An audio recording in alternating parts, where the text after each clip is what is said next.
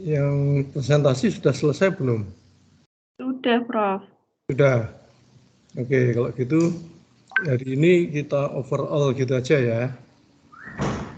Prof. Review tatap muka 1 sampai tatap muka 8. Saya review ya. Kita jelaskan sebentar, saya ambil bukunya ya. Ya. Bentar, ini ada double kuliah nih. Iya. Sebentar, ini apa ini? Bentar, Pak.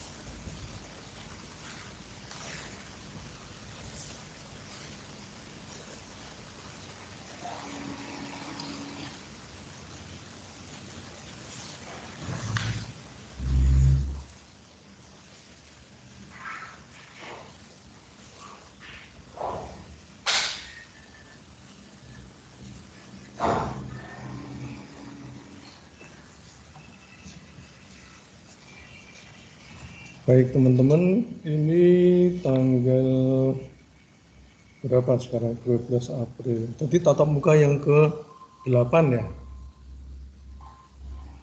Iya, Prof. Tanggal 13 April. Tanggal 13 April, tatap muka ke-8. Berarti nanti setelah ini Bu Gemala minggu depan gitu? Kalau di RPS itu, Ibu Gemala di pertemuan saya share saja ya, Prof, RPS-nya yang Prof berikan. Sebentar.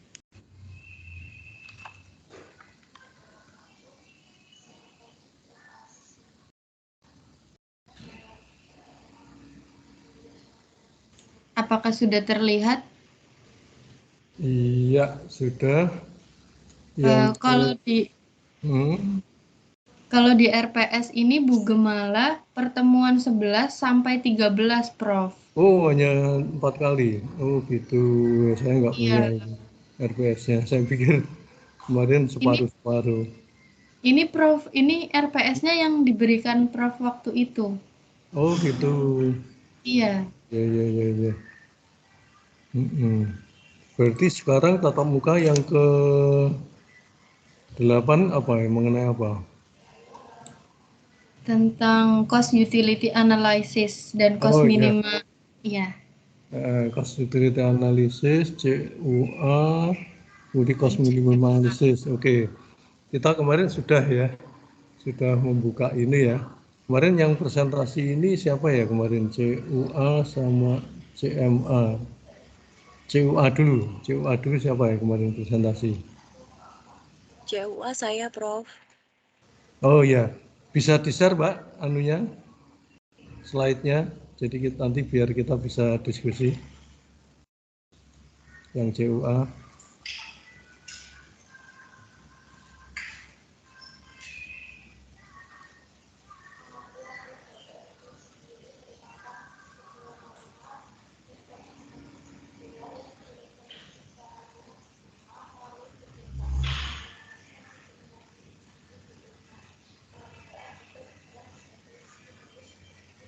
Mungkin Mbak Jian bisa membantu saya share screen, Mbak.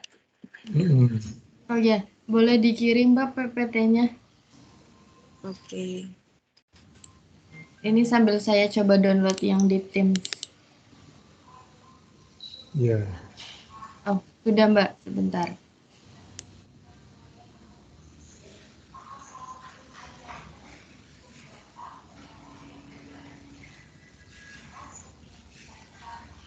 Ya, sudah terlihat jelas ini.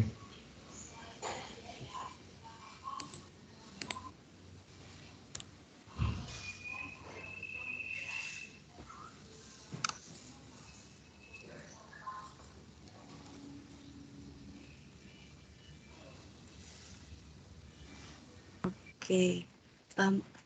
Ini Prof, PPT dari Cost Utility Analysis atau CUA. Oh ya. Oke. Coba dibesarkan, Mbak. Baik, Prof. Biar nanti kita bisa baca semua, kita pelajari bareng-bareng gitu ya.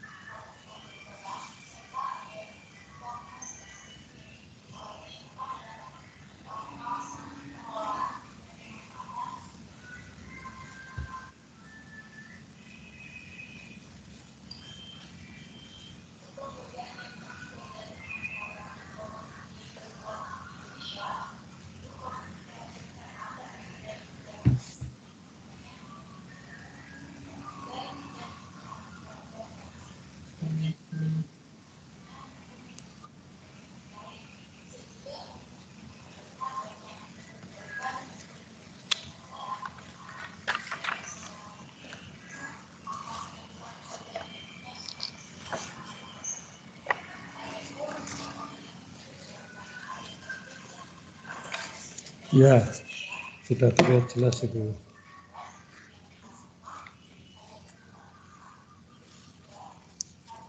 Ya, baik teman-teman, kita akan mereview mulai dari tatap muka 8 ini, kemudian tatap muka 9, 10,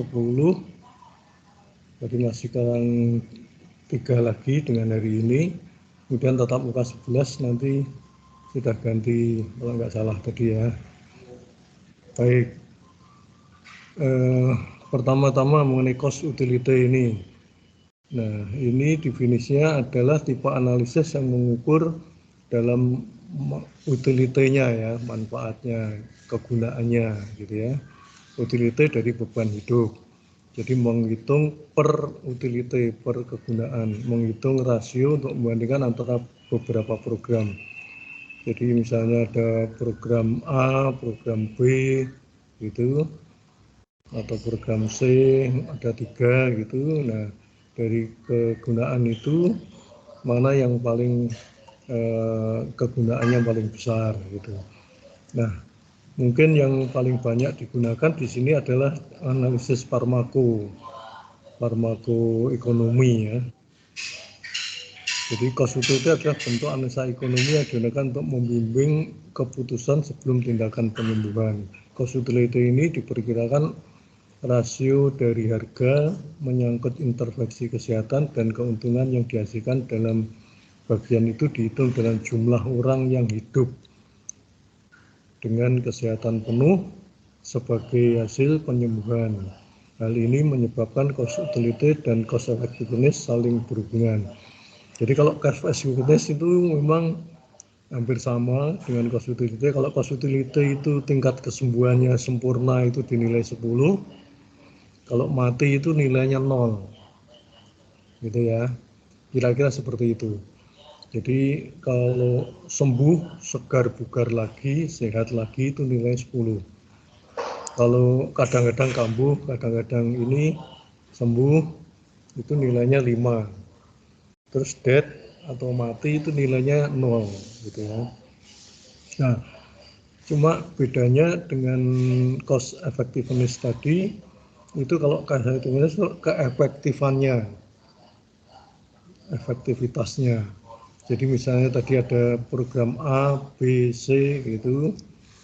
Kalau di FKM itu Fakultas Kesehatan Masyarakat itu misalnya ada penyakit demam berdarah misalnya ya. Itu ada 3 program. 1 3M itu menutup, menguras, dan satu lagi apa itu? Yang program 3M. Kemudian ada program penyemprotan dengan penyemprotan. Terus ada program satu lagi dengan abate. Jadi setiap kamar mandi dikasih atau air-air yang menggenang dikasih abate misalnya. Nah, itu diukur nanti efektivitasnya yang paling efektif yang mana kalau CEA gitu ya. Kalau CEA di situ. Nah, kalau yang cost utility itu diukur dari kegunaannya dalam tingkat penyembuhan. Jadi karena ada apa itu pandemi demam berdarah misalnya yang disebabkan oleh nyamuk itu. Nah, tadi kalau CA misalnya programnya ada menutup 3M tadi, kemudian abate, kemudian fogging atau penyemprotan. Nah, nanti dari 3 itu yang paling efektif yang mana. Tapi kalau dari segi cost utility, itu orangnya yang kena demam berdarah itu sembuh dengan obat apa, misalnya obat malaria atau pil kinina atau dengan apa gitu, atau dengan menurunkan apa itu panas, karena orang yang kena dengue itu kan demam berdarah kan panas tinggi gitu ya. Nah, nanti bisa menyebabkan meninggal kalau dia tidak ini. Nah, diukur dari 3 obat yang digunakan itu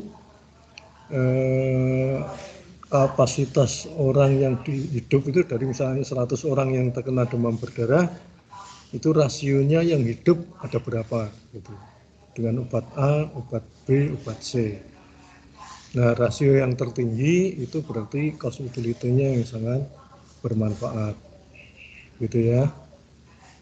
Aduh, ini kenapa ini? Reminder. Bentar. Oke. Itu teman-teman sudah bisa jelas untuk Mbak siapa tadi yang CUA tadi? Saya Prof. Dinda. Mbak Dinda ya. Gitu ya Iya, kira-kira Mbak Dinda ya. baik Prof. Nah, coba kita lihat slide berikutnya Mbak Dinda.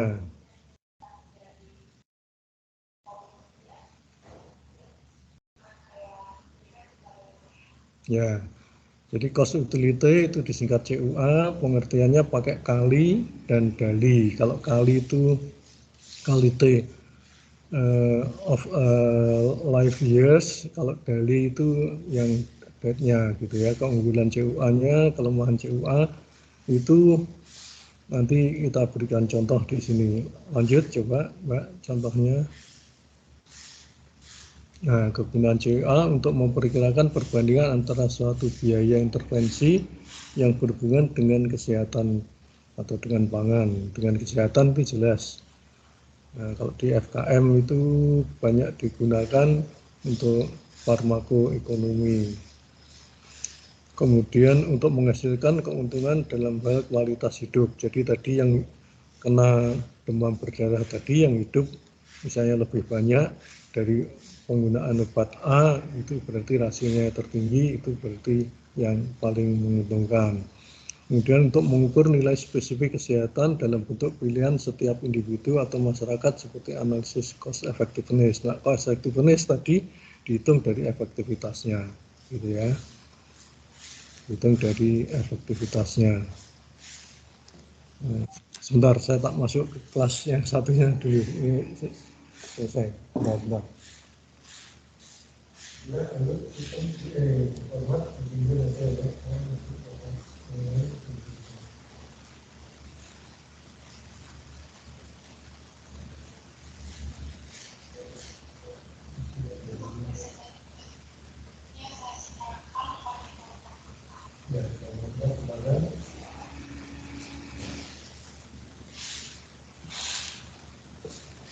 Oke, jadi maaf ya, jadi harus ke kamar satunya wirawiri.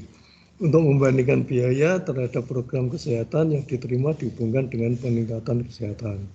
Jadi kalau di cost effectiveness tadi biayanya yang paling efektif itu berapa rupiah efektivitasnya.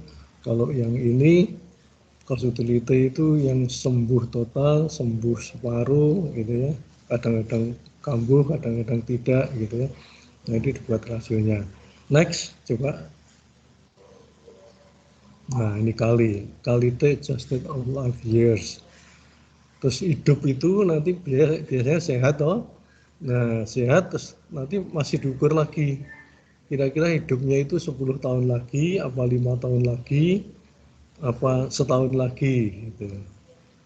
Jadi peningkatan sehat diukur dalam bentuk penyesuaian kualitas hidup. Jadi kualitas hidupnya sehat, setengah sehat gitu ya. Kadang-kadang kambuh, itu kan bisa kadang-kadang kambuh terus tidak tertolong. Nah, itu quality hidupnya itu dihitung dari tingkat hidupnya. Hidupnya itu 10 tahun lagi setelah sembuh, apa 5 tahun lagi setelah sembuh, apa 1 tahun lagi setelah sembuh. Nah, itu dibandingkan. Terus selanjutnya ditunjukkan dengan biaya per apa tadi? Hasilnya ditunjukkan biaya per penyesuaian kualitas hidup. Sebagai contoh, jika pasien dinyatakan benar-benar sehat, nilai kalinya dinyatakan 1, oh ya bisa juga. Kalau 1 dan 0, itu kalau saya cenderung 10 dan 0. Karena kalau 1 terus setengah itu, setengah mati, setengah hidup itu nggak ada. Oke. Kemudian kekurangan analisis ini adalah tergantung pada penentuan kali pada status tingkat kesehatan pasien. Jadi yang dianggap sehat benar-benar itu seperti apa, itu yang agak beda. Ya, lanjut. Nah, kalau DALI itu disability justice life years. Jadi angka kematian yang disebabkan ya itu bisa disability, bisa death juga. Gitu. Jadi kalau disability itu ya ketidaksempurnaannya gitu ya. Misalnya stroke gitu ya. Terus sembuh total, bisa jalan lagi, itu 10 nilainya. Gitu ya. Tapi stroke dia sudah sembuh, bisa ngomong, tapi harus pakai sepatu roda, kursi roda. Gitu ya. Nah, itu ya tidak sembuh 10 gitu ya. Mungkin cuma 5 gitu ya. Mungkin 5 gitu. Jadi itu dinilai dari disabilitasnya. Jadi tingkat apa kemampuannya gitu ya, tingkat kemampuannya disability.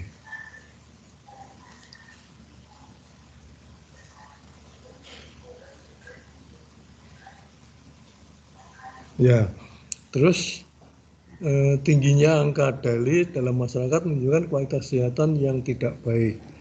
Jadi kalau banyak tadi yang stroke kemudian sembuh, tapi banyak yang pesen kursi roda gitu ya, kursi roda. Berarti kualitas hidupnya ya kurang baik kalau banyak. Ya, jadi kalau itu bisa dicek dari angka statistik penjualan kursi roda misalnya. Tahun ini penjualan kursi roda naik terus misalnya ya. Itu berarti orang yang disability yang tidak bisa jalan itu banyak sekali. Kemudian global burden of disease dapat dimanfaatkan untuk mengurangi DALI dengan digunakan sebagai identitas kebutuhan, penetapan prioritas seperti dalam pembangunan infrastruktur, SDM, obat-obatan, laboratorium, sudah menjadi subnasional dalam 7 negara yang berkaitan untuk mencakup kesehatan universal. Jadi akhirnya tiap-tiap negara menyediakan kursi roda, menyediakan tempat duduk untuk buang air besar yang bisa dilipat gitu ya. Karena kalau orang stroke hanya bisa duduk, itu kalau buang air besar di kloset jongkok tidak bisa. Kemudian kalau di kloset kamar mandi yang duduk juga mungkin kesulitan karena dia nggak bisa jalan. Jadi dia buang air besarnya seperti di kursi, cuma kursinya itu dilubangi. Jadi ada tempat untuk BAB-nya atau pupnya itu nanti yang dibuang seperti yang di rumah sakit itu. Nah itu Kalau itu disediakan cukup banyak, maka orang-orang yang stroke, setengah stroke gitu, yang bisa duduk tapi nggak bisa berjalan, bisa ngomong tapi tidak bisa pegang tangan kiri atau tangan kanan, ya terpaksa dia harus pakai itu. Kira-kira seperti itu ya. Ya, next coba. Healthy life-nya. Jadi semakin disability, semakin tidak punya kemampuan, tangannya atau kakinya itu semakin jelek. Lanjut, next. Nah, kalau ini rumusnya YLDI kali DW kali L. Oke, nanti bisa diambil sendiri, kalau ini bisa dipelajari sendiri. Oke, tadi sudah jelas kasusnya, contohnya. Lanjut. Penilaian kedua merupakan skala kontroversi di mana dalih adalah melihat adanya evaluasi dari hidup seorang akibat adanya kecacatan atau penyakit kronis. Lanjut. Perhitungan CUA, ya ini nanti bisa diberi contoh. Lanjut, ya. Keunggulan kelemahan, jadi sudah. Lanjut. Contoh artikel terkait, ya ini sudah. Jadi nanti teman-teman kalau ada yang mau mengambil tesisnya menggunakan beberapa metode CUA dan CEA misalnya, nah, itu bisa juga menggunakan contoh-contoh yang ada di jurnal-jurnal atau artikel-artikel yang internasional sudah banyak sekali itu. Lanjut. Ya, ini banyak sekali saya kira. Contoh kasus lain, ya perbandingan biaya utilitas asitalopram, golongan pram semua, dan sertraline. Ini golongan apa ini lain? Pasien depresi di Universitas Arizona ini. Oh ya kalau di farmaku itu kan ada golongan statin, golongan obat-obatan statin, kemudian obat-obat yang pakai tin semua, terus pakai apa itu asitosal itu, jadi asitosal dan sebagainya. Itu ada lagi yang dilarang di Amerika itu yang pakai apa itu ya, pakai ton apa ya, bukan yang banyak tapi di Indonesia masih digunakan. Ya ada golongan-golongan tertentu, lah itu dibandingkan gitu ya. Ini antara asitalopram dengan cetalib. Ya, next coba hasilnya gimana untuk mengurangi depresi itu nanti bisa dilihat sendiri metodenya itu. Kesimpulannya biaya utilitas model biaya titrasi, dampak efek samping dibandingkan asitalopram 20 ml per hari dan selalu ini menunjukkan ini tampaknya lebih murah dan hasilnya kemanjurannya lebih murah, berarti kan lebih efektif ya dalam segi biaya. Kemudian kemanjuran dalam utilitas mungkin sedikit lebih baik dari sertraline ya. Oke, saya kira gitu jelas ya. Jadi contohnya seperti tadi. Oke, sekarang kita lanjut mengenai apa yang tatap muka 9 tadi yang di share tadi tentang apa ya? Sebentar Prof, saya share lagi. Ya.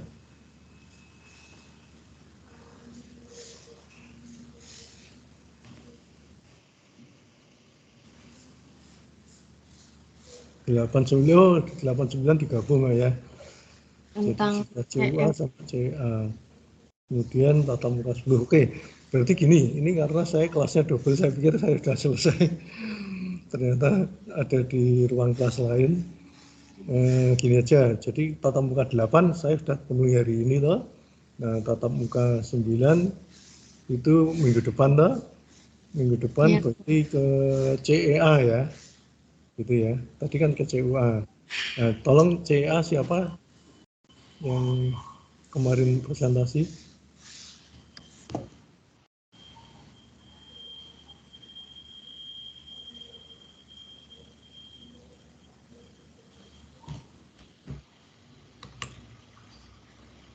Lalu yang ke bagian CEA kemarin Mbak siapa?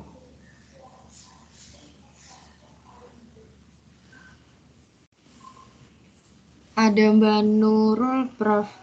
Ya, Nurul Amalia. ya Mbak Nurul ya. Nanti siap ya Mbak Nurul Iya, Prof. minggu depan ya. Yang CEA, kemudian nanti kita beri contoh-contoh seperti itu, kita review aja. Kita supaya nanti kalau mau nyusun tesis mengenai kan CEA juga sudah bisa. Baik, terima kasih teman-teman semuanya untuk kuliah ke-8 sudah, kuliah ke-9 nanti minggu depan, kemudian kelas 10. Kuliah ke-11 masih Bapak atau sudah ganti kayaknya ya?